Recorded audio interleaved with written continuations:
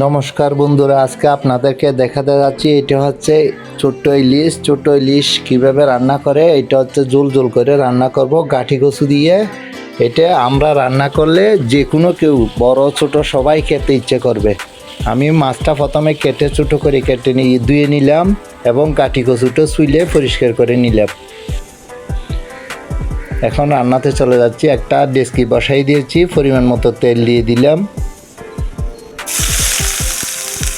পেঁয়াজ কুচিগুলো দিয়ে দিলাম, একটু ভেজে নিলাম। 2 থেকে 3 মিনিট আমরা ভেজে নেব পেঁয়াজটা।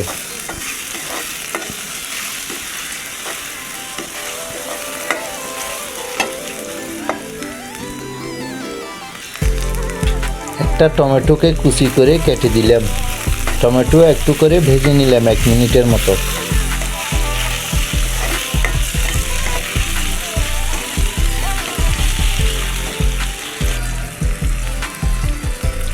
পরিমাণ মতো রসুন বাটা দিয়ে দিলাম, আদা বাটা দিয়ে দিলাম। আমরা আরেকটু আদা বাটাটা রসুন বাটাটা একটু মিক্স করে নিলাম, একটু জল দিয়ে দিলাম, একটু নেড়ে নিলাম। পরিমাণ মতো লবণ দিয়ে দিলাম। বন্ধুরা, লবণটা একটু কেউ বেশি দেবেন না। হলুদের গুঁড়ো দিয়ে দিলাম, মরিচের গুঁড়ো দিয়ে দিলাম। আমরা একটু মরিচ কম খাই দেখে আমরা কম দিছি, আপনারা চাইলে একটু বেশি দিয়ে খেতে পারবেন। জিরে ধনিয়ার গুঁড়োটা দিয়ে দিলাম। 5 থেকে 6 মিনিট ভালো করে কষাই নিতে হবে। বন্ধুরা, মনে রাখবেন কষানোর উপর নির্ভর করবে আপনার তরকারির স্বাদটা। আমাদের কষানো শেষ হয়ে গেছে, গাঠি কচুগুলো দিয়ে দিলাম। আমরা এটা সিদ্ধ করি নাই, সিদ্ধ ছাড়াই দিয়ে দিলাম। 10 থেকে 12 মিনিট আমরা রান্না করতে হবে।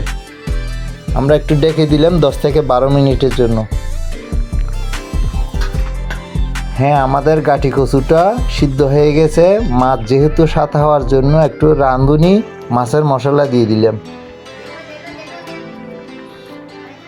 আমরা ইলিশের ছোট মাছগুলো দিয়ে দিলাম। এটা কাঁচাই আমরা খাবো, কাঁচা রান্না করলে স্বাদ হয়।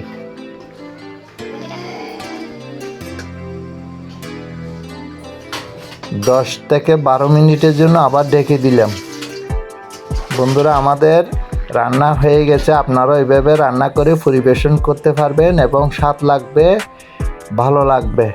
যদি নতুন বন্ধু হয়ে থাকেন, লাইক কমেন্ট সাবস্ক্রাইব করে পাশে থাকবেন। সবাই ভালো থাকবেন। আজকের মতো বিদায় নিলাম। Tata, bye bye.